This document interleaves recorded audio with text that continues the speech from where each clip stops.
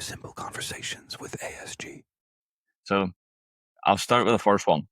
Did the Beatles actually gamble with Elvis? What, and win or lose? No, well, the story is apparently they played roulette with him in his house in Bel Air. Is that true? Yeah, they did, and they played. I think they played a bit of pool as well, and then a couple of the guitars got out, and they had a little jam session and stuff. And it was the coming together of the greatest artists of the 20th century, the greatest solo performer and the greatest group. The problem was it's weird with the timing because John wanted to be Elvis. Elvis was king for all of them. Then, of course, by 1960, he's been off in the army, come back, and he's into the movies. They didn't like the music that came out of him. They loved all that early stuff. So by the time they're meeting up, then some of the shine had gone. But having spoken to some of the people who were there, they said suddenly that it was almost like that there was an awe and a shock. Right, now we're here, what do we do? Then the ice gets broken, and that was it. And they were off and chatting away and stuff and got on really well together. The next one is, did the Beatles actually smoke weed with Bob Dylan? Well, the story is always that Dylan introduced them to weed. And as a more regular thing, yes, he did. But they first encountered the old marijuana back in 1960 in Liverpool. They were hanging out in the black clubs of Liverpool, where there's a lot of the Caribbean community who did like to partake of the weed. And that's where they first came across it and tried it early on.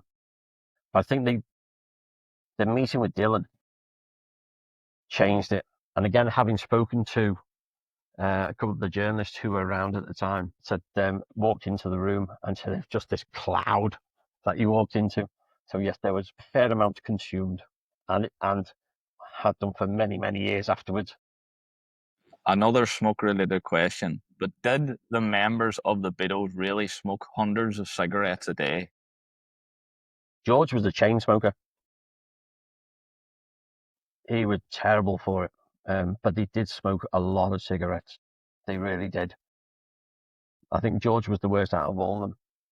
You put one down, next one would be in. Yeah, it was not healthy at all, unfortunately. I can't believe I'm going to ask this, but why do people believe the Beatles only wrote songs about prostitutes and lesbians? Where have you got that one from?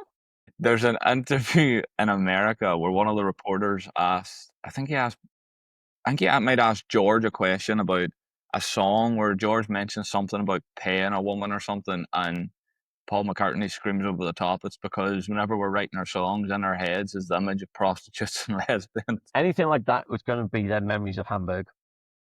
Because for the first time during this, let's say, this sex capital of Europe, where anything happened, live sex on stage, you name it, first time they encounter